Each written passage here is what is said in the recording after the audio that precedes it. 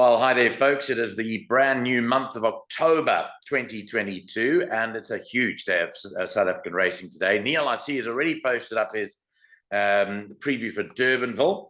He's got another busy morning, so we're all over the place today. But Lyall Cooper joins me again to talk about racing on Saturday. We were in great form as a pair on Tuesday, and I had a lot of people sending through winning tickets. So that bears good news, hopefully, for today, but it is a tough card. Tough card, but pick six carryover and big pools. So if we can find the right ones, we can make money today, Nico. Yeah, that's important to note that. The pick six carryover begins in race 4. That jumps off at 1:45. A pick six carryover of 1 million rand. Expects to get to 5 million rand today. There are 9 races carded at Turffontein on the inside track. Let's just give you the latest news on the track conditions before we cross to Lyall for the preview. Just having a look at it. No rainfall, obviously, here in the last 7 days, but there has been 39 millimeters of irrigation put down on the track. The track condition is still hard and good. It's firm, actually, at 20, the penetrometer reading. And there's a 7.5 meter fast rail on the back straight, up to 10.5 meters on the bend, and a 10.5 meter spur at the entrance to the home turn at the 500-meter marker. We'll give you the scratchings and all the changes in a moment. Just a quick note, Lyall, and that is about our direct line, which kicked off yesterday. There might be some late entries for this, and it does allow you to get in today. Unfortunately, we won't change the price of 250, but this will get you the rest of the weekend for your 250 rand, including Turffontein and Durbanville today, and then the Greyville meeting on Sunday. Just for those folks that have come on board, the Monday meeting at Greyville has been cancelled. And effectively, what that means is we may, I think we're almost leaning towards giving you Tuesday for your money. That's Tuesday meeting out at the Vaal. It's only right to do so because we've lost the Monday meeting. So that's what we do here at Clocking the Gallop. We look after you, the punter, and we'll give you the Tuesday meeting at the Vaal as an extra bonus. So there's the details. You can deposit your money into the Clocking the Gallop bank account. It's 6290552831. It's an FNB current account. And send us your proof of deposit to our email address or to our WhatsApp number. And you can do that up until midday today. All right, Lyall, let's get on to today's program. Good. A good card. What does it look like overall? Overall, it looks difficult. I do believe there are 2 bankers on the card, and that might help us catch the pick six. It's one of those cards, Nico. We might find 6 favorites winning. We might find 1 favorite winning. So I'm on the fence here. I'm gonna treat it as if we're gonna find the winners, and it's going to be a decent card. I hope so. Okay. I hope so. I hope it is. I hope it is. I hope it follows in the footsteps of Tuesday, where we were in very, very good form. Okay, I'm going to go to the betting in a second. I just want to call that up. So let's go to the first of the races. Excuse me for the hardy dars and the Egyptian geese. You'll hear them. Listen to them all over the place. That's lovely. The hardy dars, the Egyptian geese. You know, there's no dogs barking at my place. It's just birds quacking. But I'm going to get rid of them in a second. The point is that I want to go to the betting for the first race now. So let's go to that. Here it is. Here's the betting for race number 1.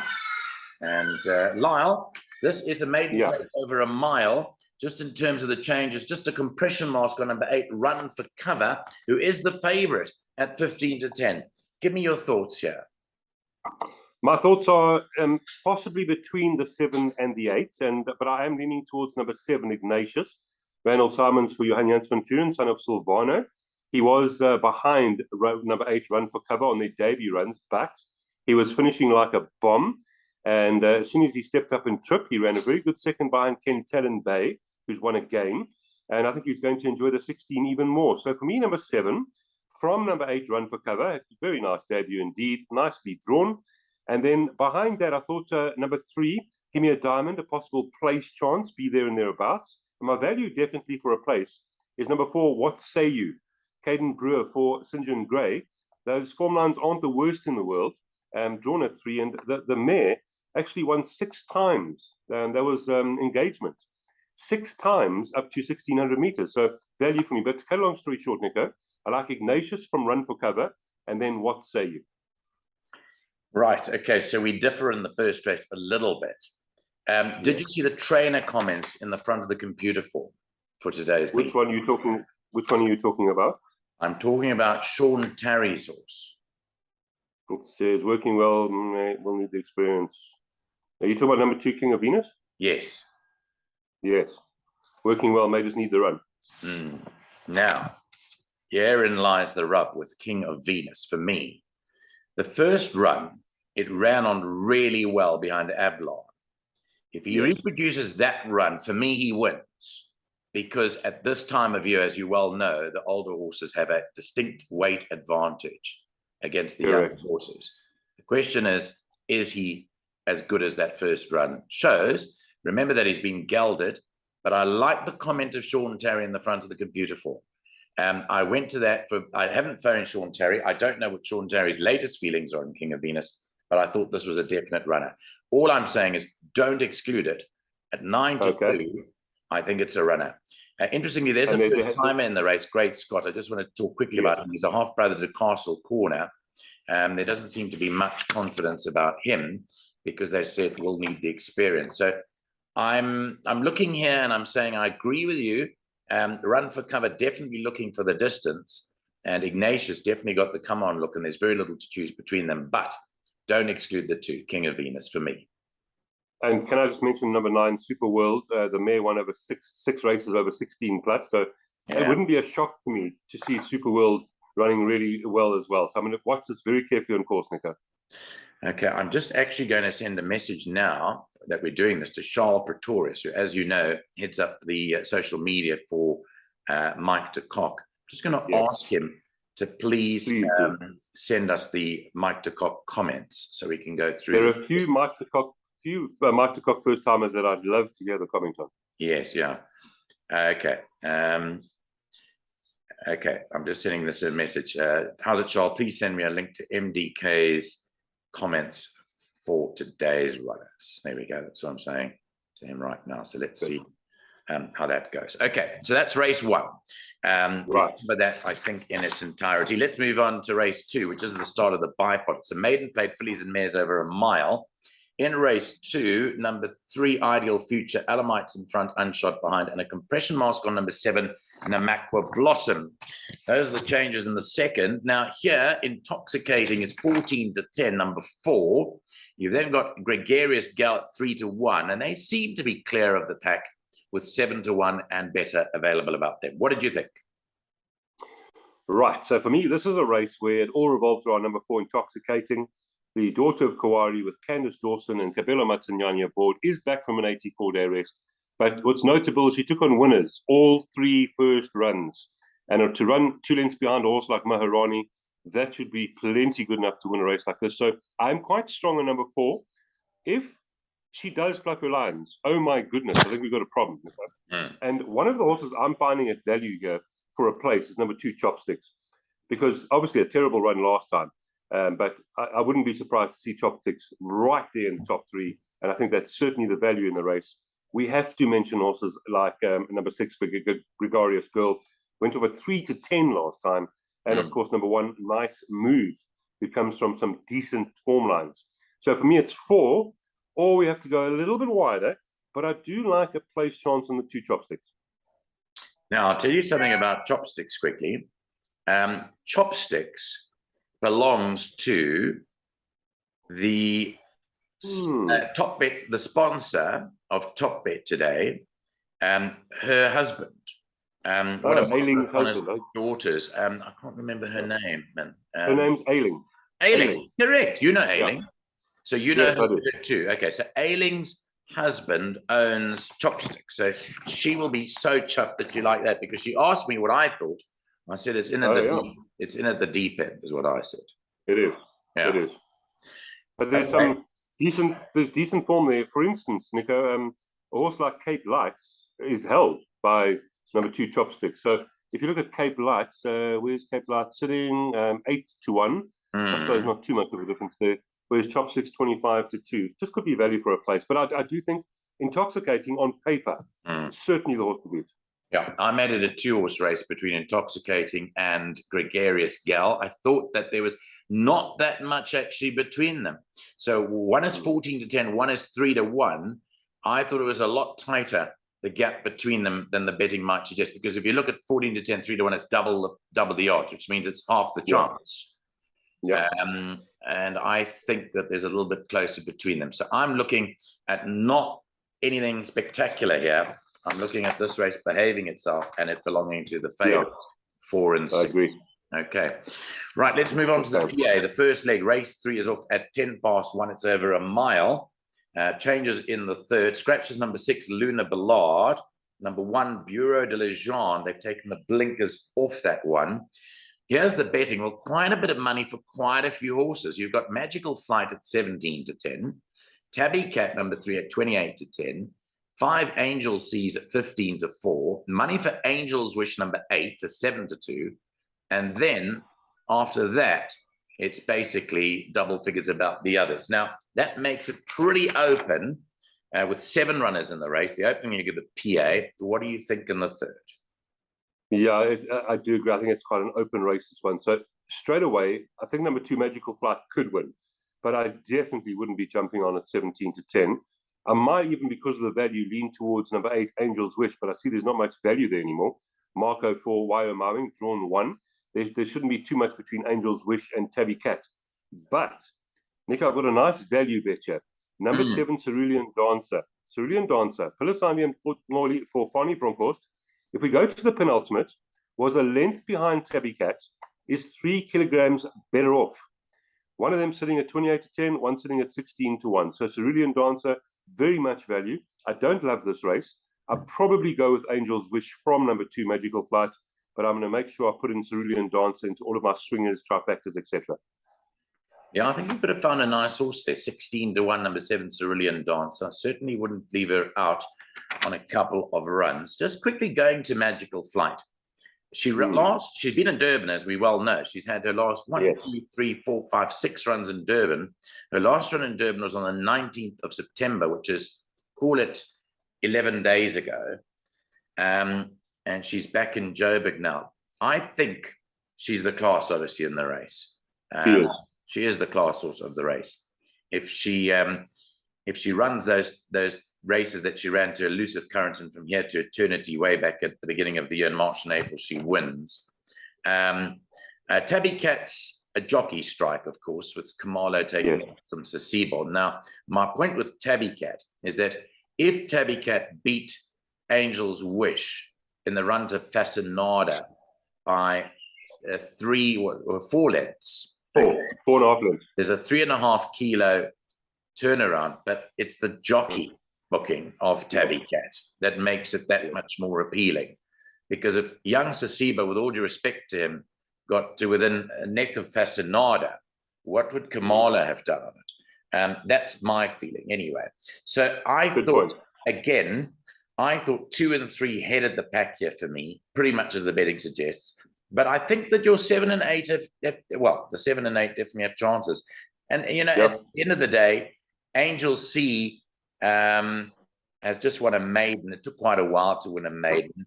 Wouldn't be surprised. I'm surprised at the price, to be honest. I think it's very, very short in the betting. But I'm looking at this also behaving itself. So I'm going 2 and 3, but I'm prepared to accept your numbers down at the bottom of 7 and 8. As possible upset results, but I think 2 and 3 for me. Okay, good. Okay, let's move on to the fourth, the start of the pick 6. Now, this is the Fillies Bloodstock South Africa Sales Cup. It's over 1,450 meters. In the fourth race, there are no changes here. Now, as we know, this race is restricted to horses that are sold at a particular sale that Bloodstock South Africa have. I think it's the 2-year-old sale or the November sale, the ready to run. You can only get there if you're sold at that sale. Now, Miss Daisy, it doesn't say so in the card, but has actually been disqualified from her last win. And that race was awarded to the second horse, Mercury Rising, runs later on in the day in the Spring Fillies and Mares Challenge. So she's out to redeem that win.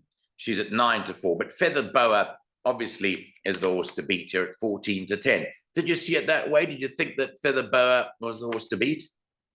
I did, Nico. Thankfully, in this card, I'm going to take a chance here and go Feather Boa rather strongly. Randall Simon, Stewie Pettigrew. The form speaks for itself. Miss Daisy has finished behind Feather Boa before. I must mention, I'm a big fan of Miss Daisy. I love her. She's done very good favors for me in pick sixes so far. And the draw 3 is good. So I do think she's a very dangerous individual. But Feather Boa on form holds most of the field here. Excuse me. Feather Boa, a potential banker from number 1, Miss Daisy. And I'm very interested to see how number 6, Miss Browning, and number 8, Follow the Sun run here. And it's hard to see them coming out and beating a horse like Feather Boa. But Miss Browning could be anything. And Follow the Sun, the mare won over 16 up to 18 5 times. Yeah, and Mike de Kock, this is the time he's going to bring out his good horses. So I'm looking forward to hearing what you get from Mike de Kock. But to cut a long story short, Feather Boa for me to beat Miss Daisy, and 6 and 8 we'll watch. Okay, so I am also a big Feather Boa fan today. In fact, I was privy to chatting to Stewie Pettigrew about a week or so ago, and he mentioned that he was going for this race, and he seemed very positive about her chances. I mean, she ran second to Ororari Gold over just a little bit shorter at this track. I think she's definitely the horse to beat. Failing that, I believe that, Miss Daisy's obviously got a chance. She's gone up big time in the weights, obviously, because last time out she was running against older horses.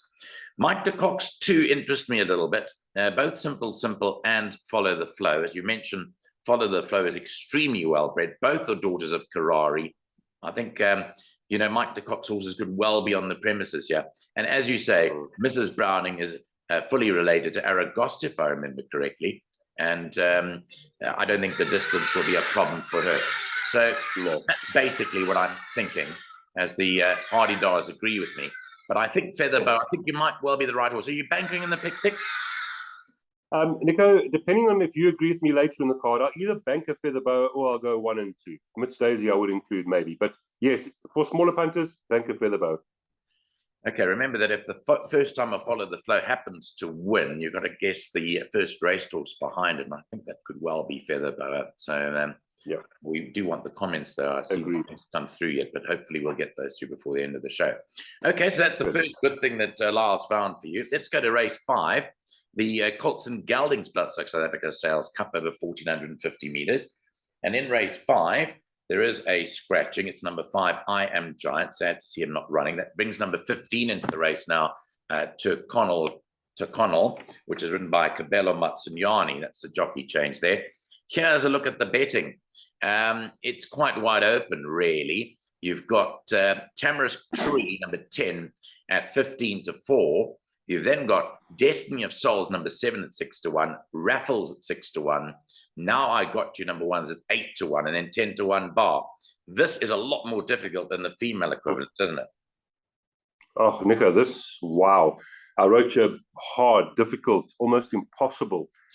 So let me get started and interrupt me whenever you want. Number 15, Tyre Connell, the son of the United States. Again, Mike de Kock, 25 to 1. I'm very interested to see what they say about this one. The mare had speed. She won 4 times over 1,200 meters. So that's interesting for me.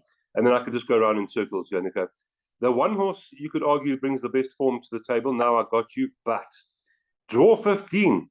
Goodness gracious, no thanks. Not from that draw, no matter how good he is. It's going to be so difficult for him to win from there, even though he's got magnificent form lines. A horse like number 4, Raffles, also drawn wide. She's got that Feather Boa form line. He's got the Feather Boa form line. Number 7, Destiny of Souls. Always been in the money, this one, which is very interesting.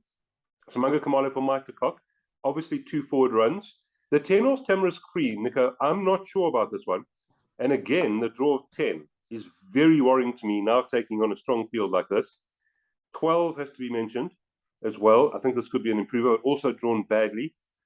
Wow. What about number 14, Unzen, Robbie Sage, drawn 3. So, Nico, I could go all day here.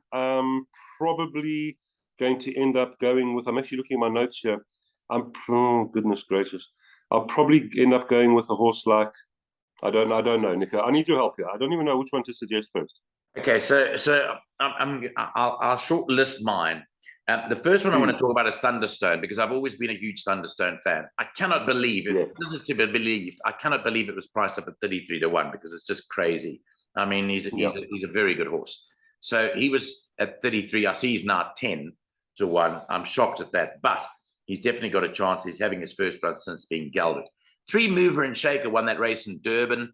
Didn't run a good race after that, but if he repeats his run in Durban, he's got to have a chance, as does Raffles as well. Destiny of Souls, I think, is a bit of a runner. Again, it's Mike de Kock teaming up with Samanga Kamala. I think he's a runner from a 5 draw. So I put him into the race with a chance. Tamarisk Tree, you mentioned, from a 10 draw. They were very big on this horse Foster Nova when it first ran, and it's not drawn well today. So I don't know about that. But again, Mike de Kock's got those first timers lurking there to Trottois Quattro, number 13, which means 3-3-4. Okay. And that horse, by the way, just the mare won over 2-2. So this is probably going to be a bit sharp for the 13. Yeah. But it is the half brother to Angel C, who runs a bit earlier on. And then this was Unzen, number 14, which is the stable to Tamarisk Tree. You know, it flew up last time out over 1,000. It's now got 450 meters further to run. Has to have a chance too. This is a wide open race. You've got to load up your in that. You know what? As a punter, I have to stick with Thunderstone because I've always rated it. I'm going to stick with Thunderstone as a place getter here. It may well be, but I think that's got to have a chance. But as you say, this is a tough race. There's chances to a lot of them. There's chances for a lot of them, Nico. Okay, so we agree on that. But, it's very tough indeed. Okay. I'm even scared to give a first selection, to be honest. That is how hard it is. Yeah, it is very tough there. Okay. Let's move over to race 6 now for you. And this is the first of the grade 2s, the TopBet Joburg Spring Fillies and Mares Challenge, 1,450 meters.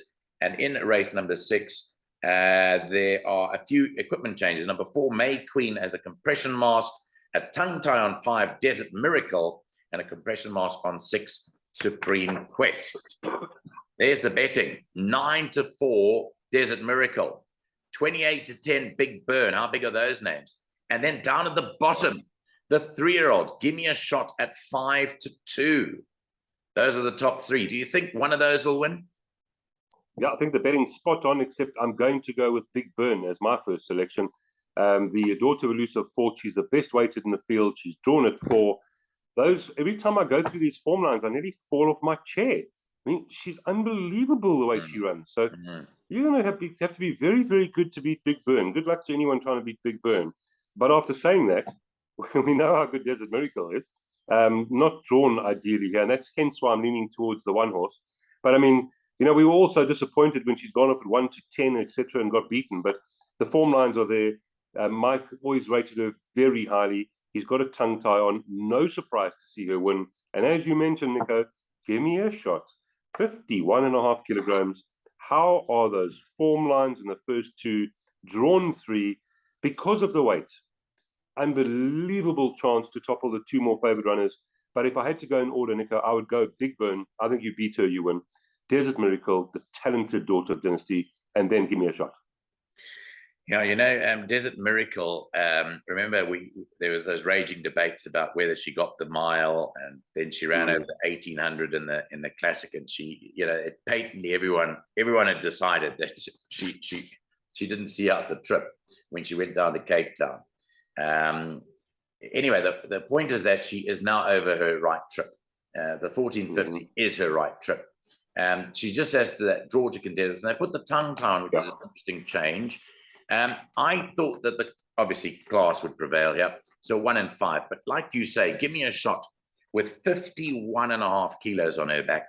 Wow. Definitely is thrown into the mix here. Now they all ran. In fact, no, they didn't run. Big Burn ran to Captain's Ransom on the same day. Give Me a Shot ran to Gobsmacked over the same course and distance. So there is definitely a way of analyzing them against each other on their times on the same track and on the same day. If you look at Big Burn's time, she was 1.3 lengths behind, 69.53, but then you have to do the weight turnaround. But the point is that if you do your maths and you start working it out, it brings Give Me a Shot into it on the runs in Durban over 1,200 meters. This is over 450 meters. So I think it's going to behave itself, this race. I don't think any one of the others are going to win it. I'll put it down I to agree. one of the three. I couldn't agree more. Yeah. And if I had to really, if I was taking a small punt and I really didn't have money, I'd even take a chance and bank a Big Burn. I think Big Burn, you beat her, you win. Okay, so you're very big on Big Burn. I'm not as big. I thought I'd be. Because she won this race last year, remember? But she only carried, I think, 52. So this, if you look back at the profile of this race, last year she won it as a 3-year-old, which takes us back to Michael Lassie's film, Give Me a Shot. Yeah. Because last year Big Burn beat the older horses. Correct. This year Give Me a Shot's in the same position.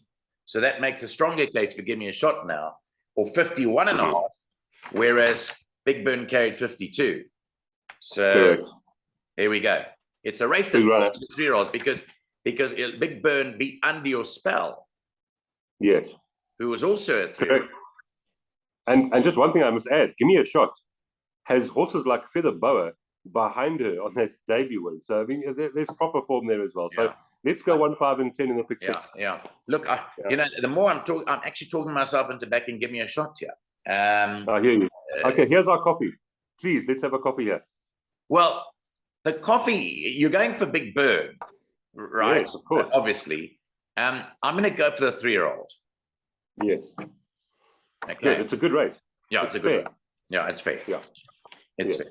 Okay, we're going on to the Colts equivalent, the Grade 2 TopBet, Mike O'Connor. What a great guy he was. He was a great maker, and he was a wonderful chap, and unfortunately, tragically, killed at his offices in Northcliffe. This is named after him, and all the best to the O'Connor family. You'll be joining for racing out at Turffontein today. This is 1,450 meters. Scratch here, an important scratching is Puerto Manzano. I really would have loved to have seen him run, but I just have a feeling his main mission is the On a Mission Mile, which runs at the end of the month. So here you can scratch the 3, and number 2, Hood Sprayed has a tongue tie, and number 8, William Robertson has a compression mask. Well, William Robertson's the favorite at 12 to 10, 12 and a half to 10. You've got the grey horse After the Rain at 5 to 1. You've got Mercantor, the 3-year-old, at 5 to 1, and you've got Puerto Manzano, who was at 6 to 1. Forever Mine has been backed into 8 to 1. William Robertson for you? Yeah, Nico, I went round and round and round in circles, and the more I looked, the more I found William Robertson, Samanga Kamalo, Cornet Spish, draw 1. We were confidence from Cornet Spish at the weights on his form. And you know, last time out, Nico, Forever Mine walked into the parade ring and I nearly fell over. And it was 14 to 1. And I said to everyone, get on, this horse will not lose. But 7 kilograms worse off. For me, William Robertson is the best bet on the card, the banker on the card.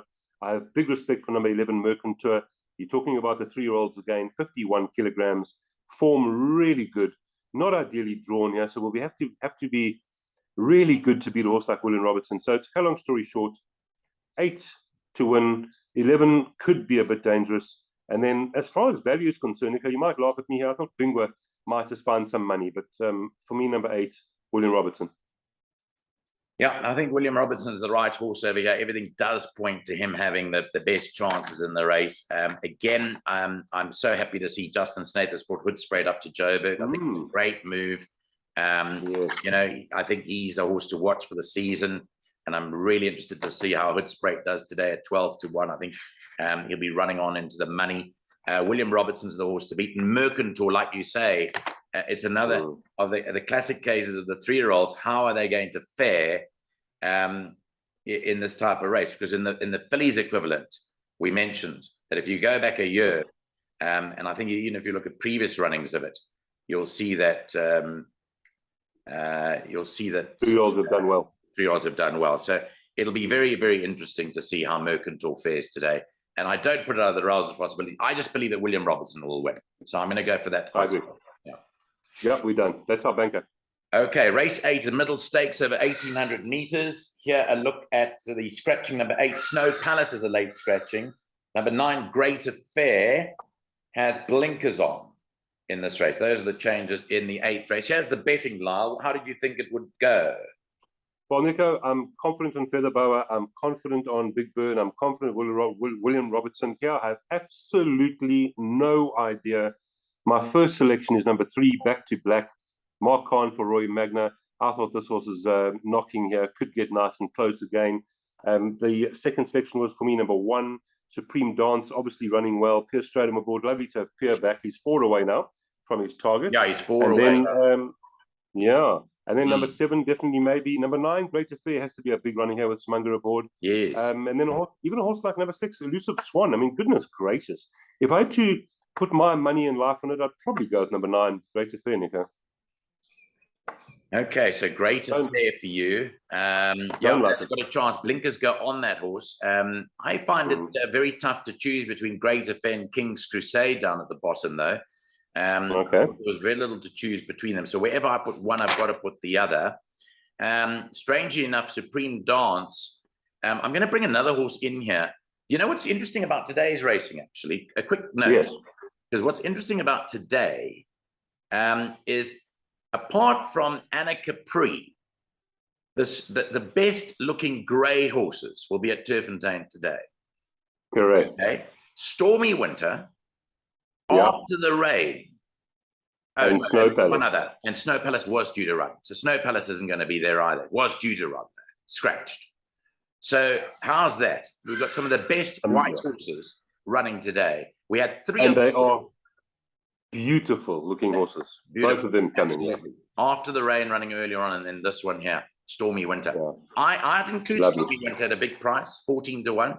Back to Black, I'd include. I think it's very hard. My top choice would probably be Great Affair. But I wouldn't exclude those. And then the filly, definitely maybe as well, because it's hard to assess her in terms of the form, because she's a filly. Okay, race 9. Let's go to that. It's a rated 76 handicap. It's over 1,800 meters. Changes in the last of the day. Scratch to 5 Lashawis and 11 Global Breeze. And those are the changes in the last of the day. Lyall, take us through this one. All right, so even though we've said this card so hard, I'm about to give my 4th confidence selection. Number 6, Clarkson. I really like Clarkson today. Musieni, Candice Dawson, drawn 3, Son of Atto. Do you agree? You seem to be happy with that one. I quite like that one to come through and win. I'm happy because I've always liked him as a racehorse. So I'm happy. He ran a cracker last time out with the blinkers on to Never to Clever. I thought he ran a terrific race. He's just an honest horse. Correct. Yeah. And then, Nick, I must add that I do not think Nkabesi is going to be out the money. What is the price there? 9 to 2. Okay, it's not great. I'm thinking place-wise. I mean, I'm just trying to think if he ever has missed the money. Can we work this out? That's 7, 15, 18. Yeah, he has. He has actually missed the money. But he certainly hasn't missed the money in a year. Nkabesi. So I will definitely keep him close. And then number 2, Brendan James. I must mention, Fanny Bronkhorst, Cabello Matagnani. Nice run behind Pyromaniac last time. And now going back up to a trip that'll suit him more. So I'll keep him close as well. But we've got to take our chances. I think number 6, Clarkson's a very big runner. Okay. See, there's a bit of money there for Iceman Cometh. I would certainly put that into the mix as well. Poets Warrior won a good race the last time out after the blinkers came off and he was gelded. So that was pretty interesting too. Interesting you should mention Brendan James, because that was a very good effort behind Pyromaniac last time out. I can't help but feel that maybe he's just carrying a little bit too much pudding for me at 59.5, and that would swing it Clarkson's way. But definitely quite open that last race, as you said, with quite a few chances. Not easy. Not easy. I mean, and Nico, we didn't even mention horses like Poets Warrior and Sir Talon. I mean, they can run on their day too. So they're not an easy race, to be fair. Okay, well, that takes care of proceedings today out at Turffontein. It's an inside track meeting. There's that big pick 6 carryover to boot, and it is going to be a tough old day of racing. But at the same time, it's looking to be a great day's racing because of the number of good horses running out there at Turffontein today. We've given you our assessment. We hope that it guides you in the right direction. And all that's left up for me to say is have a great day's racing to Lyall Cooper. Thanks very much for your time on this first day of October 2022. Take care. Thank you, Nico.